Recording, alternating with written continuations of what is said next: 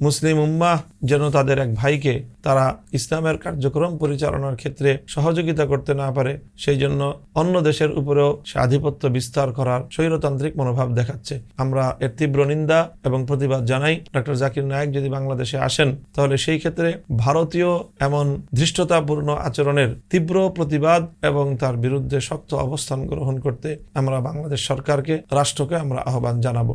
ভাই জানতে চেয়েছেন যে নভেম্বরে ডক্টর জাকির নায়েক বাংলাদেশের একটি অনুষ্ঠানে যোগ দিতে ঢাকায় আসছেন বলে জানা গেছে। তবে ঢাকায় তিনি পা রাখলেই যেন তাকে ভারতের হাতে তুলে দেওয়া হয়, বাংলাদেশের কাছে এমনটাই প্রত্যাশা করছে ভারত। এ বিষয়টি আপনি কিভাবে দেখছেন?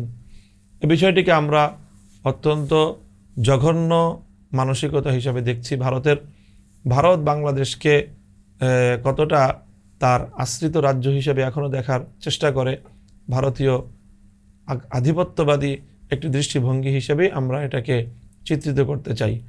বরং আমরা বাংলাদেশ থেকে বলতে চাই যে বাংলাদেশে হাজার হাজার মানুষের খুনি, আন্তর্জাতিকভাবে স্বীকৃত খুনি, জুলাই গণহত্যার খুনি, শাপলা চত্বর গণহত্যার খুনি, অসংখ্য অগণিত মানুষকে খুন করে ফ্যাসিবাদী সরকারের প্রধান শেখ হাসিনা ভারতের আশ্রয়ে রয়েছে।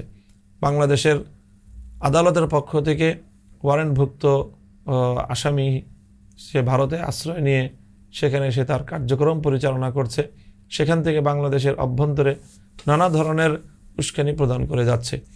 সেই আসামিকে বাংলাদেশে হস্তান্তর করাটা ভারত জরুরি মনে করছে না, অথচ ডক্টর জাকির নায়েকের মতো একজন ইসলামের দাওয়াত প্রদানকারী ব্যক্তি, যাকে শুধুমাত্র ইসলামের দাওয়াত প্রদান করার অপরাধেই ভারত তার হিন্দুত্ববাদী আচরণ, সাম্প্রদায়িক আচরণের ভিত্তিতে ডক্টর জাকির নায়েকের যাবতীয় কার্যকলাপ ভারতে নিষিদ্ধ করে রেখেছে, সম্পূর্ণ অন্যায়ভাবে এবং ইসলাম বিদ্বেষী মনোভাবের সূত্রে।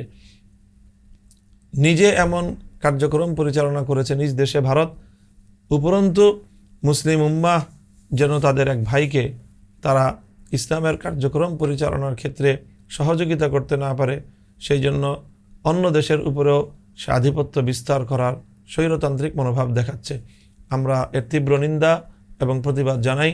ডক্টর জাকির নায়েক যদি বাংলাদেশে আসেন তাহলে সেই ক্ষেত্রে ভারতীয় এমন ধৃষ্টতাপূর্ণ আচরণের তীব্র প্রতিবাদ এবং তার বিরুদ্ধে শক্ত অবস্থান গ্রহণ করতে আমরা বাংলাদেশ সরকারকে, রাষ্ট্রকে আমরা আহ্বান জানাবো।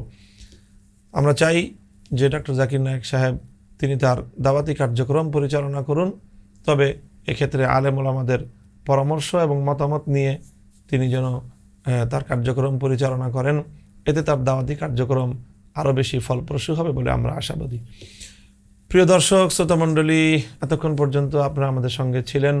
আমরা আপনার জিজ্ঞাসার প্রশ্নোত্তরমূলক লাইভ অনুষ্ঠানের 49তম পর্ব আজ আমরা আয়োজন করলাম।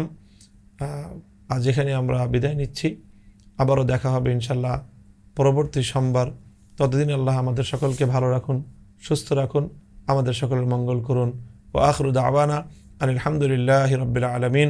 আসসালামু আলাইকুম ওয়া রাহমাতুল্লাহ।